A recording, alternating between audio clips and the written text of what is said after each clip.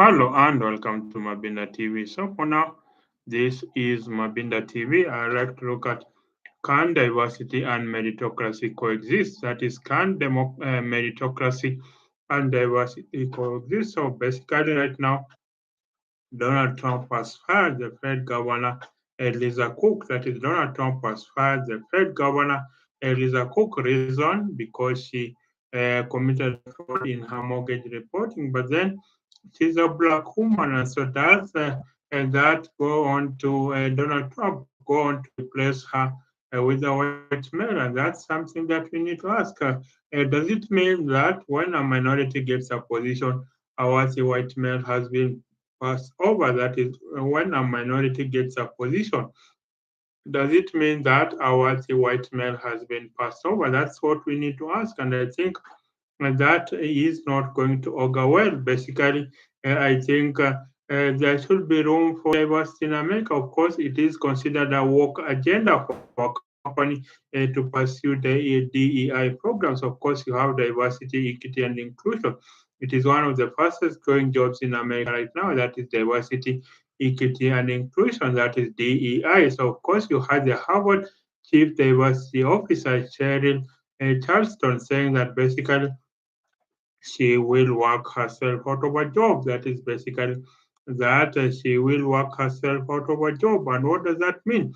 That means that basically she wants the minority voices at Harvard to be so mainstreamed as to be able to feel that they belong to Harvard, they belong at Harvard. So basically, I think right now that's the overarching debate over times. Of course, some see for every minority hire, they see a qualified white male being passed over. And I think you will look at the numbers. I think you have a affirmative action. Basically, it was just mandated to correct a historical wrong because you know the founding of America has two original sins. That is, America has two original sins. First of all, the near extermination of Native Americans, and then the second original sin of America is forced labor of black slaves. So that's what anchored America. So basically, I think affirmative action aims to correct that in a way so that blacks could get opportunities, minorities could get opportunities to be able to be in minorities could get opportunities in order to advance themselves in their life. And of course, you had President Bill Clinton. Some say it is not Barack Obama that was the first president of America, that the first president of America really was Bill Clinton. That is the guy, the president who initiated affirmative action so that a lot of blacks and minorities could be in coveted positions. So basically, I think it's a good thing for diversity, and I think a country is only as strong as its weakest link. So of course there are lots of racial hotlines in America. So as America preaches the democracy around the world, like, how does it take care of its own minorities or maybe oppressed minorities? That's the question we need to be asking. That is, when a minority gets a position, has our white male been passed over? And I think once we think of that, then basically uh, we will not be viewing minorities as people that are coming to take our jobs. And I think if we think of diversity that way, that is the way we can elevate the whole. Of course, you had President Biden saying exclusively that he will appoint a woman running mate. So of course he chose Kamala Harris, and of course the humiliation of Kamala Harris in the poll shows America is not ready for diversity. Of course, you had President Barack Obama running, and basically he was hoping that he had created a post-racial America. That is President Barack Obama. He had hoped that he had created a post-racial America in which Americans would be able to embrace their first black president. And of course, he hopes that basically now we were in post-racial America, but that is not it right now.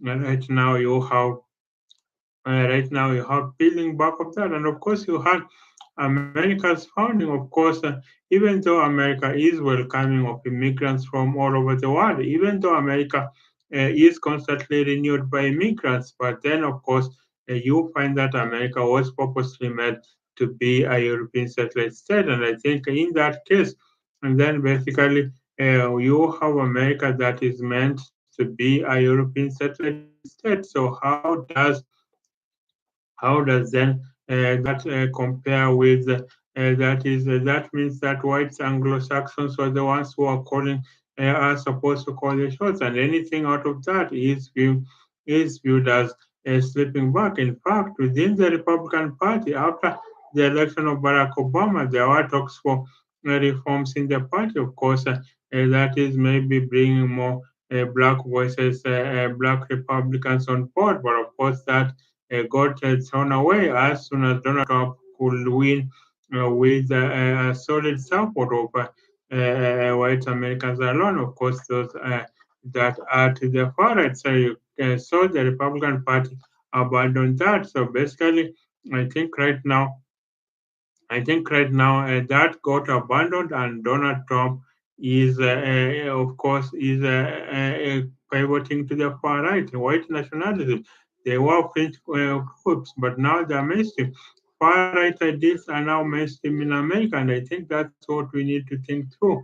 That is, far right ideas are now mainstream in America, and I don't think it augurs well. I just think that basically America should accept its diversity and not seek to be fired. And I think that's the way that we will be able to have an America that functions. The whole is only as great as the parts of that make it up.